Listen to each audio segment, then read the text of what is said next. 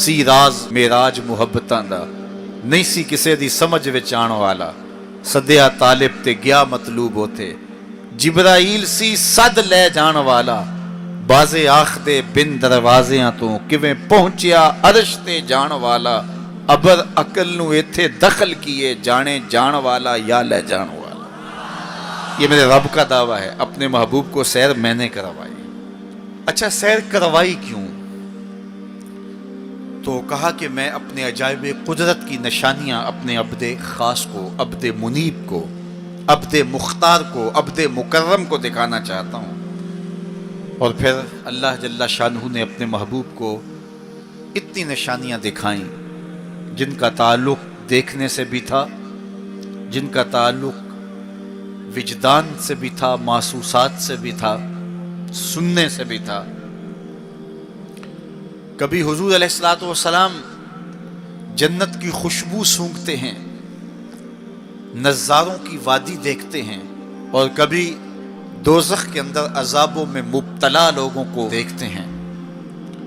और फिर अपनी उम्मत को बयान भी फरमाया ताकि वो उन आमाल बद से बच जाएं जो जहन्नम में ले जाने का सबब और ज़रिया है।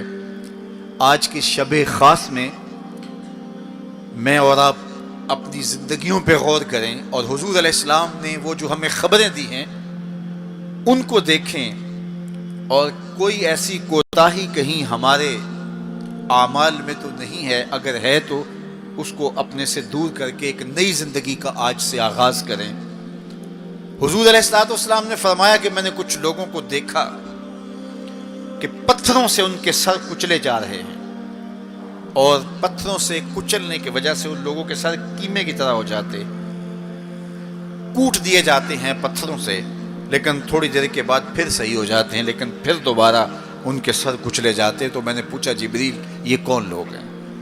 तो कहा कि ये वो लोग हैं कि जिनके सर नमाज की वजह से बोझल रहते थे, नमाज जिनको बड़ी भारी लगती थी, अजान की आवाज़ सुनते और फिर दोबारा सरहाने पे सर डाल देते और उठने की हिम्मत ना पड़ती।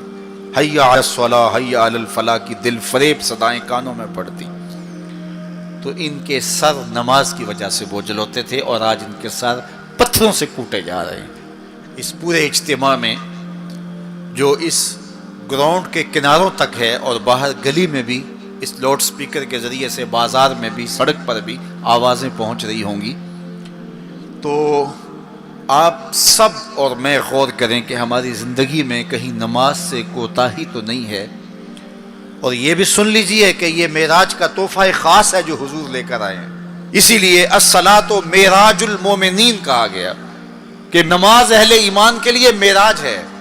हुजूर का मेराज तो ये कि दीदार इलाही किया और वहां तक पहुंचे जहां किसी का तसव्वुर भी नहीं पहुंच सकता।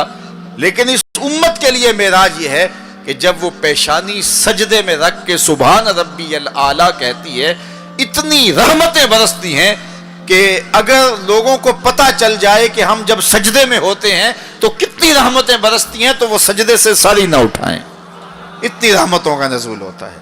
इसलिए इस उम्मत का मेराज ये है कि ये 5 गाना नमाज शियार ज़िंदगी बना ले, कभी भी नमाज कज़ा ना होने दे, अपनी ज़िंदगी में नमाज़ों को इस तरह शामिल करे कि नमाज का वक्त आए तो बेचैनी हो कि नमाज की अदायगी हो, और एक नमाज के बाद दूसरी नमाज का इंतज़ार करने लग जाएं।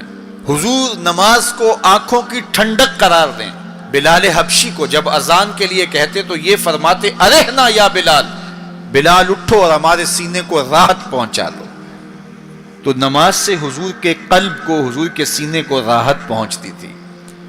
मैं और आप जितने लोग यहाँ आए हैं और जिस हुजूम के साथ, जिस शौक के साथ, जिस वलवले के साथ और जिस मोहब्बत के साथ आए हैं, यकीनन आप और मैं हुजूर को राज़ी करने आए हैं, अपने रब को राज़ी करने आए हैं, आकाए दो आलम की रिज़ा के हुसूल के लिए हम आए हैं।